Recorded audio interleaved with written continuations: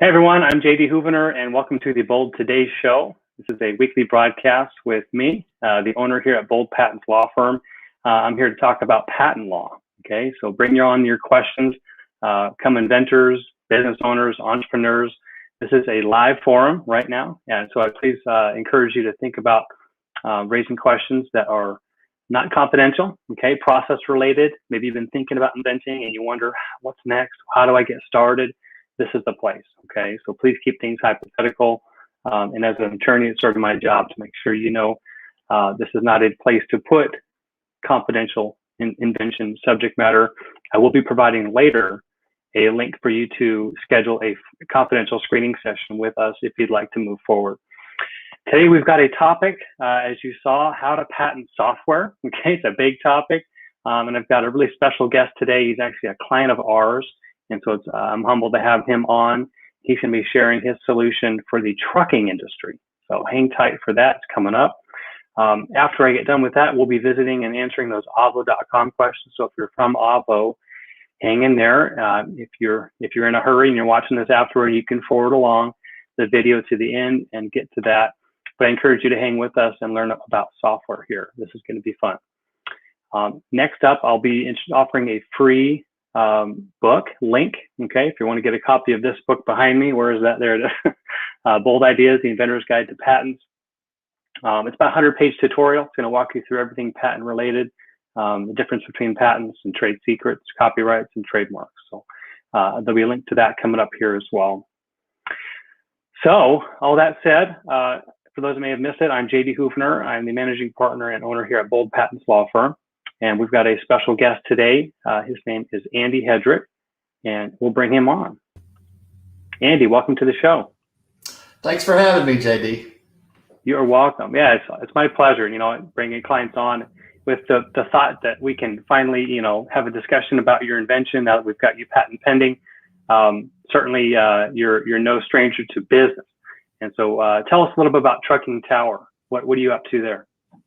Sure. So my journey started back in 1992, actually working for an early stage software company in the trucking industry, doing manual entry of driver logs into Lotus 123 spreadsheets. And so I've been fortunate to roll out a number of different technologies in trucking across 25 years. And last couple of years, I had an idea for some business intelligence that executives were asking me for. So results from engines, without having to manually pull together all these reports. And then also, how do they compare with other fleets? So then I had this idea to bring some software to the market. Right. And so I guess what is there's all sorts of data, I'm sure. From your history, what are the biggest pieces of data? What's the most important information for owners, operators of trucks to know? Sure. Yeah, so the U.S. spends $1.2 trillion a year on fuel in big rig trucking alone, just the Class 8 big rig trucks only, not the Sprinter vans and everything else. So that fuel economy and knowing how to get better fuel economy is extremely important to these companies. It's either the second or the third highest cost for a trucking company. And so we've been able to pull data from engines and show before and after results, and then comparatively, anonymously compare across fleets. So that's what we're up to, is basically up to a 30% reduction in fuel is possible with these technologies that are available. But companies want to know, what should I deploy? What are having the biggest impacts? How do I compare? Those sorts of things. They're wanting to answers to those questions. Right. Yeah, I being a ex-aeronautical engineer, one of the things I always notice on trucks are those interesting, aerodynamic features, right? Trying to cut on drag. But this is, sort of going beyond the external, drag. Is it true that a lot of the stuff that you help with is in the engine, or are you looking at all aspects? Really, it's all aspects. So, what we're really doing is comparing engine loads apples to apples before and after deploying, whether it be trailer fairings, wind flaps, combustion technologies, oil bypass systems, driver performance softwares. There's a number of different technologies aimed at reducing fuel. What we're doing is basically saying, okay, with that technology, here's the kind of results you can expect before and after. And then the top fleets, the top 10 out there, here's the kind of fuel economy they're getting, and there's the technologies they've deployed in order to make that happen. Right. Walk me through, sort of the evolution. So take us back even 10 years. What are the most recent problems, that sort of have been overcome recently, with looking at this? What's becoming available now, in this space? Sure. So there is a number of different fuel nanotechnologies available these days that have emerged within the last 15 years or so. There are, like I said, oil bypass systems, keep your oil cleaner longer and help with your fuel economy. There are the wind flaps. I'm sure many of your viewers have seen on the sides of trucks, on the trailers. Actually, there's wind covers over the wheels for better aerodynamics. There's trailer fairings at the back to help with drag. There are a number of different, and then driver performance software I mentioned as well. The driver, it's actually been shown, controls up to 30% of the fuel economy on the truck as well. So that's a big, big impact. And so there's a number of different technologies, and they've got various different results and various different costs as well. So, what we're doing is basically bringing intelligence, business intelligence to the market for apples to apples comparisons, and not just conjecture and, myths and so forth.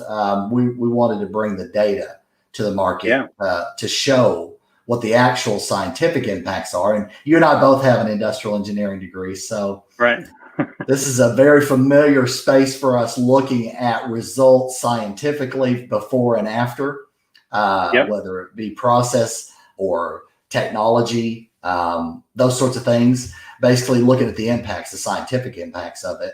And then, of course, every executive I think I've ever met wants to be the best, right? They want to be the top tier, top 5, top number 1. And how do they get there? And not just, I heard this does such and such. I've heard about this other thing. What do you think? It's really needs to be based on data, based on the data that there is available. And so, about 12 years or so ago, the DOT, Department of Transportation, required every driver to have an electronic logging device connected to the engine.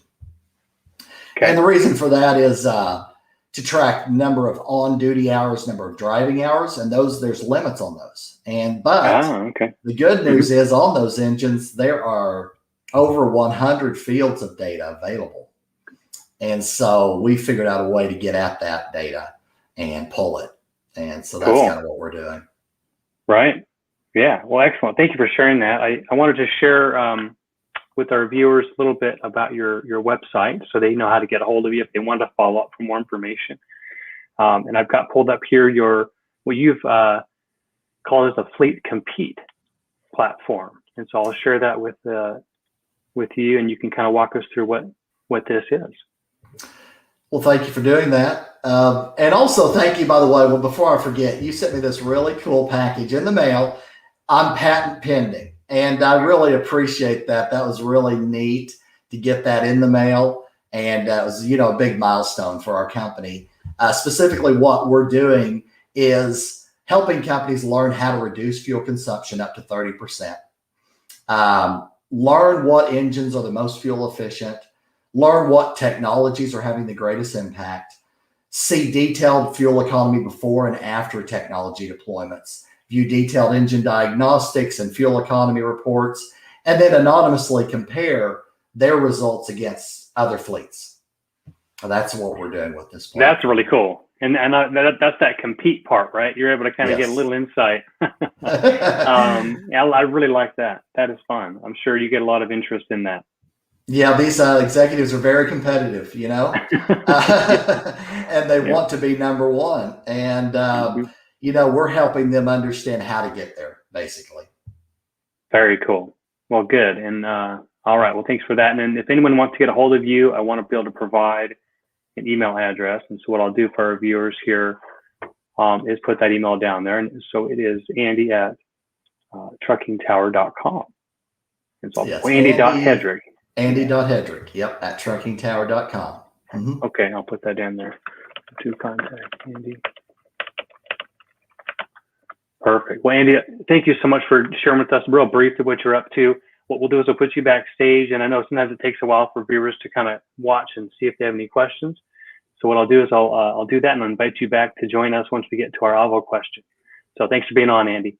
Yeah, thank you. All right. Excellent. So let's do our Avo question. I did see we had one in our patent infringement category. This question comes out of Sacramento, California on May 22nd.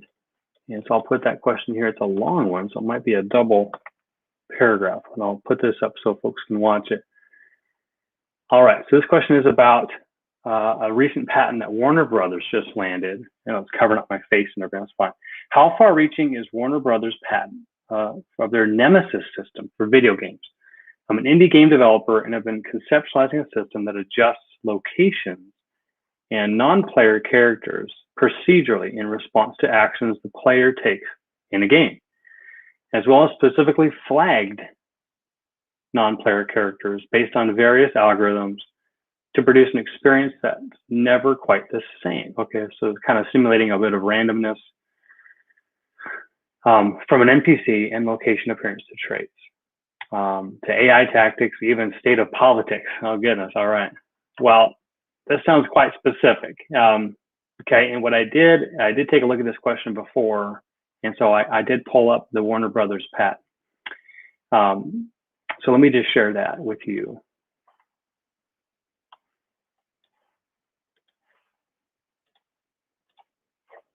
Okay, so this patent was issued just this year. So 10,926,179. That's a lot of patents, right? We're actually over 11 million now. As of just 2 weeks ago, we hit 11 million. All right, so this is a sign. You can see who applied for it. Okay, is the company Warner Brothers. A lot of inventors involved here, which is pretty cool. From my home state of Washington, which is great to see. But the owner is Warner Brothers. Okay, they've all assigned their inventor rights to the company, likely because they're obligated to being employees. Okay, I like to point that out in terms of who owns the patent. A lot can be learned from this first page, and I won't get into all the different categories, but right from the abstract, it can give you a little bit of a sense. This is about protecting a method. It's a method patent, a method for managing, and here's this term, non-player characters and power centers. I'm not sure what a power center is, but there it is, in a computer game based on a character hierarchy and individualized correspondences, so some communication between each character's traits or rank in events that involve other non-player characters or objects. So that's a mouthful. It's a lot. I think I'm tracking about 75% of that, okay?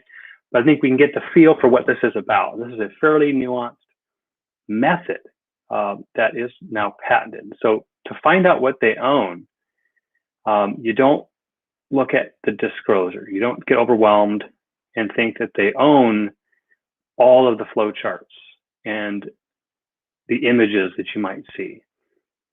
They don't own the specification, which is all this writing here, okay? What they actually own is way at the bottom, okay? In a set of numbered claims. And so I typically will go here first. And you got to scroll down. This is a lengthy patent application, or patent rather. So there it is. Okay, we're on page 36, 38. The invention claimed is, okay, they kind of make it hard to see. But this is independent claim number one. So I'll make it a little bit bigger for those that are perhaps on their phones. A method comprising, okay, so there's a controlling aspect, detecting, changing, and outputting. You see these terms? These are all verbs, right? Actions, and they're steps, okay? They're verbs. These four, okay, generic clauses are what must be shown in an infringing method. Now, in other words, you have to do all 4 of these steps to be infringing this patent. So just before I start reading and kind of get into the details, that's number 1, that is the scope of their rights. If you only do elements, if you only do controlling, detecting, and changing, and you're not doing this outputting, you are not infringing. Okay, so really clean. I know this question talked about, hey, am I infringing? Is there any way to design around it? And now it's time to dive in. Obviously, so I'm going to jump in a little bit on this first clause, but just know that the answer I'm giving you today is not going to be binding, certainly not going to be a written opinion. And you should, before you were to go to market, invest any money into developing a competitor product, you want to get an opinion from a patent firm. Certainly our firm would be happy to help you answer the question, is my software, is my game infringing this method? Okay, and that is going to be, a little bit of quite a bit of work to make sure that each one of these clauses is or is not affected. So this first one, controlling by a processor game events in a computer implemented game. Okay, I think we're so far the same as that question asker. The game events involving an avatar, now that term is new, but I think that just means, right, a representation of the player that is operated in response to input from a player. Okay, right, that's your character, let's say. And a first non-player character, okay, that's controlled by the computer. And that is to respond and to automatically oppose avatars. Okay, oppose is an interesting word, but let's say, so it's going to respond to inputs from a player, right? This computer, right, is going to respond to input from the player based on first character parameters. Then it's got to detect. I mean, this first clause, this isn't necessarily groundbreaking at all, right? This is, I press up on the button and a computer sees that button and does something else, right? Responds to that input. Now they're detecting by the computer the occurrence of a predefined one of the game events involving interaction between an avatar and a first non-player character. Okay, so that's a predefined set of rules. Okay, so it's not just any input, okay, that a player says, it's within some realm, right? So there's a detection phase. Hey, you didn't just, has to be a buttons A, B, and C. It can't just be a directional. It's got to be an A, B, and C buttons. Okay, all right. It's detected that it's one of the A, B, and C buttons. Got it. And this one is a changing by the computer a second character parameters defined by the computer based on detecting wherein the second non-player character is controlled by the processor. Okay, so now we got a second, right, computer character, and they're going to respond automatically based on how the first character interacted. So sort of this chain event, all right? So, right, think Pac-Man really simply, right?